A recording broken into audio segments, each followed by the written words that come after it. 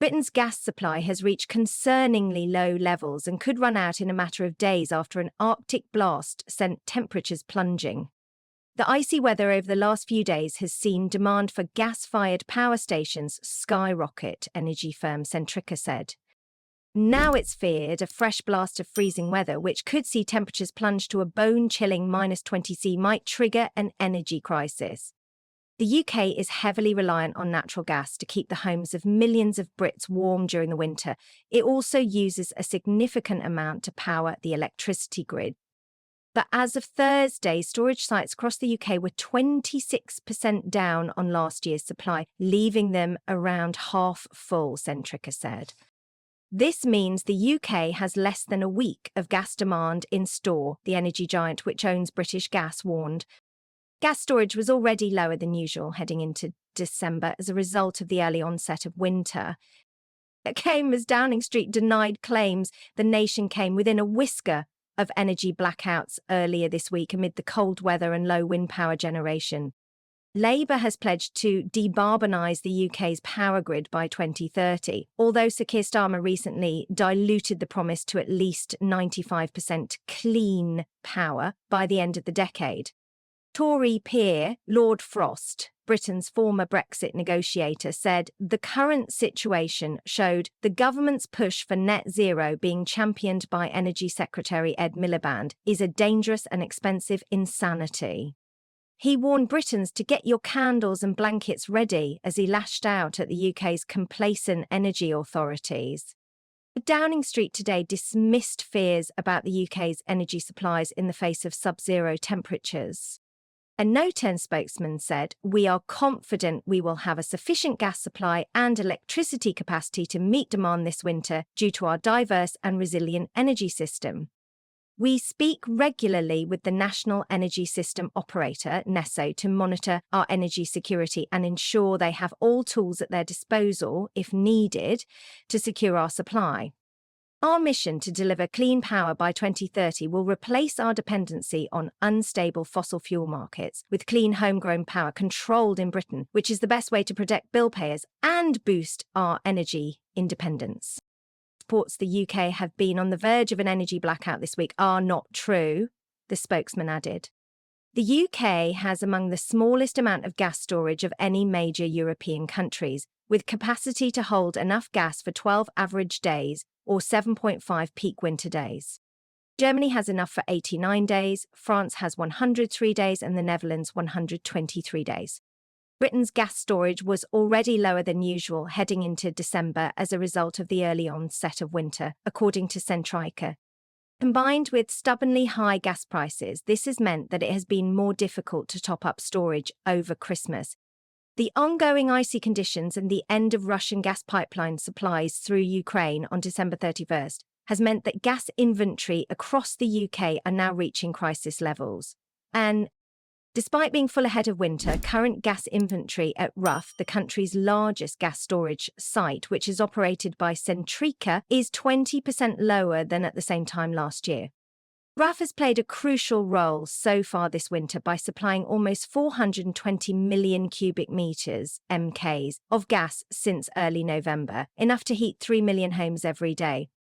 The UK gas storage levels are concerningly low, said Centrica's Group Chief Executive Chris O'Shea. We are an outlier from the rest of Europe when it comes to the role of storage in our energy system, and we are now seeing the implications of that. Energy storage is what keeps the lights on and homes warm when the sun doesn't shine and the wind doesn't blow, so investing in our storage capacity makes perfect economic sense. We need to think of storage as a very valuable insurance policy. It has been claimed the UK came within a whisker of blackouts on Wednesday after plunging temperatures and low wind power generation left grid operators scrambling to keep the lights on. Surplus electricity capacity on the national grid had plummeted to just 580 megawatts MWI by 5.30 EPM, according to data platform Amira. One expert warned the energy reserves were so low that even an outage at a relatively small power station risked causing blackouts. Catherine Porter, an independent energy consultant, said, "On January 8, the GB power market came within a whisker of blackouts." Nessa used almost every last megawatt available. This should be a real wake-up call about the dangers of relying on weather-based generation. But yesterday, Nessa pushed back at the claims, insisting that at no point were power supplies close to failing. It said it had been holding on to around 1.4 gigawatts of emergency reserves, which went unused on Wednesday. Craig Dyke, NESO's Director of System Operations, said NESO operates Great Britain's electricity network to one of the highest levels of safety and reliability anywhere in the world. Yesterday, our control room engineers used our standard operational tools to manage the electricity network and ensure that we maintained enough electricity for our standard operating contingency. At no point were electricity supplies less than anticipated demand, and our engineers were able to rebalance the system without the need to consider emergency measures. In an article for the Daily Telegraph, Lord Frost said, "On Wednesday evening, we came unsettlingly close to rolling power cuts. It may yet happen on the next cold night of the year, perhaps tonight." How did this happen? Simply put, all the many experts who run our electricity and energy industries, all those who say they know how to safely transition to net zero, all those who tell us they can be confident of the global temperature decades out, failed to predict electricity demand on Wednesday evening. As well as attacking Labour's approach to net zero, the Conservative peer also criticised his own party for making the 2050 target for being carbon neutral legally binding under legislation passed by former PM Theresa May. He added, "As so often when it is a cold night, there was almost no wind and hence no wind power, and self-evidently no solar power on Wednesday evening." Scrabbling around desperately, paying 50 times the normal rate to some suppliers, the government just managed to cover the gap. Even so, they would have failed if the Viking interconnector to Denmark had not been able to turn back on capacity, which was offline for maintenance. But we still got less than we expected through the interconnectors. Though if one power station had tripped off, had failed under pressure, we would have seen power cuts. At 8:30 p.m. on Wednesday night, 2 power stations did just that. Fortunately, the early evening peak had passed. It was the narrowest of possible margins. This won't be the last cold day this winter. Maybe the complacent energy authorities will be better prepared then. But the situation will only get worse over time.